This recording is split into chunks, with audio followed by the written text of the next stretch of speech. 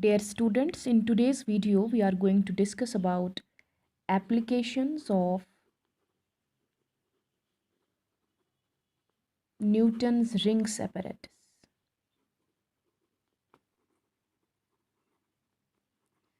So in the previous video I have told you that Newton's rings arrangement is an experimental setup with which we obtain interference pattern by division of amplitude. So today we are going to discuss certain applications of this experimental setup. The first one is to determine the wavelength. Determine the wavelength of the light source that we are using in the course of the experiment, right? Now, how do we do that?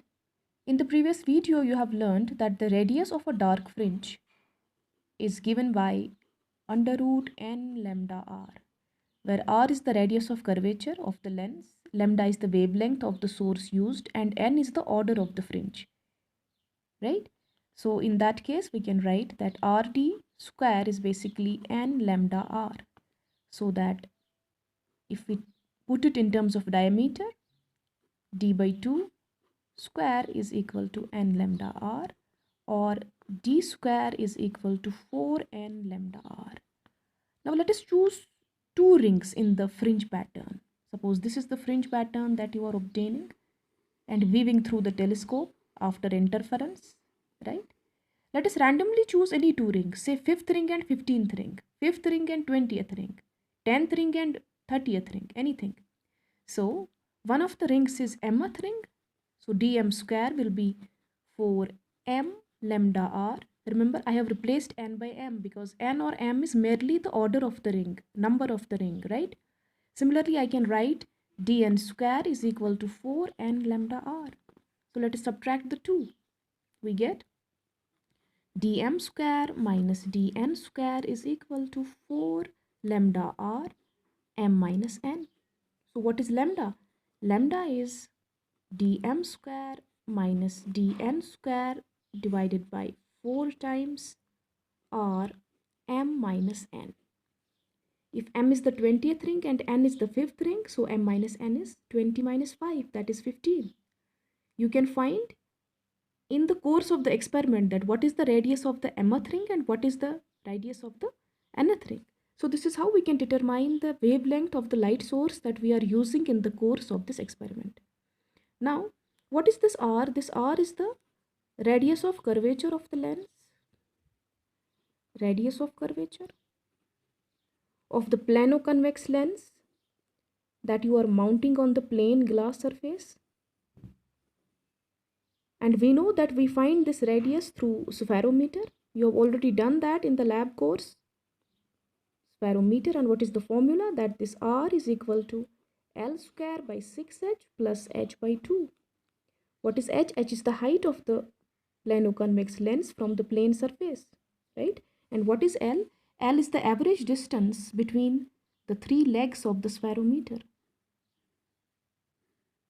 L1, L2, L3. So L is the mean of the three.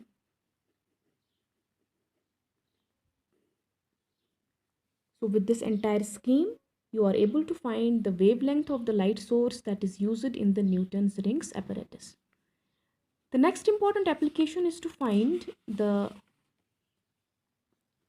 refractive index. Refractive index of a given material. Now, how do you do that? If you recall that this plano-convex lens is actually trapping a thin air film. This is the air film between the plane glass plate and the plano-convex lens. And we know that refractive index of air is 1, mu is 1. But when you immerse this setup in some liquid, so you have put it inside a liquid. Now you are interested to find what is the refractive index of this liquid.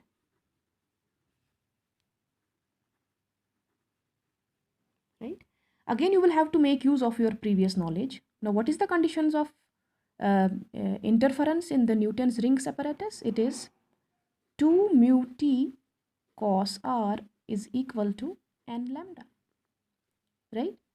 Where mu is the refractive index, we were directly putting it equal to 1, and r is, so mu was 1 in case the medium is air, but now the medium is not air, it is some other liquid, so we will have to retain this value, right?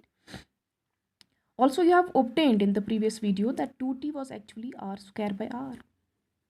Remember, when we were completing this circle like this, r was the radius of the plano-convex lens, and this r was the distance from this point to this point and this point to this point, right? Determining the central position. So we had found that the thickness of the film T was having this kind of relation, that 2t is equal to r by r square by r. So for 2t we will be writing r square by r. Mu we will be retaining as such. And for r angle of refraction equal to 0, right? Cos 0 will be 1. So we are left with n lambda. So this r square will be n lambda r by mu, right?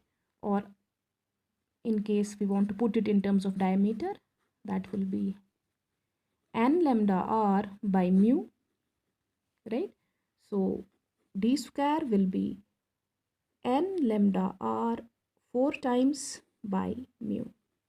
Now if you want to put the same expression in terms of two rings, that is mth ring and nth ring, so you will get dm square is equal to 4m lambda r by mu, and dn square is equal to 4n lambda r by mu. Now again, if you subtract the two, what do you get? That dm square minus dn square is equal to 4 lambda r m minus n divided by mu. So from this expression you are able to determine mu, and that will be mu is equal to 4 lambda r m minus n divided by dm square minus dn square. So you know m, you know n, you know their diameters, you know the radius of curvature of the spherical lens, plano-convex lens. So you are able to determine the refractive index of a material in which we have immersed this apparatus, right? Now we can further specify it. For example, this is the case when lambda is known to you. But what about the case when lambda is not known to you? In that case, we will again go back to this expression, So dm square minus dn square is equal to, let us rewrite it, it is 4 lambda r m minus n by mu. Now in case you have to rewrite this expression in presence of air, so in presence of air mu will be 1.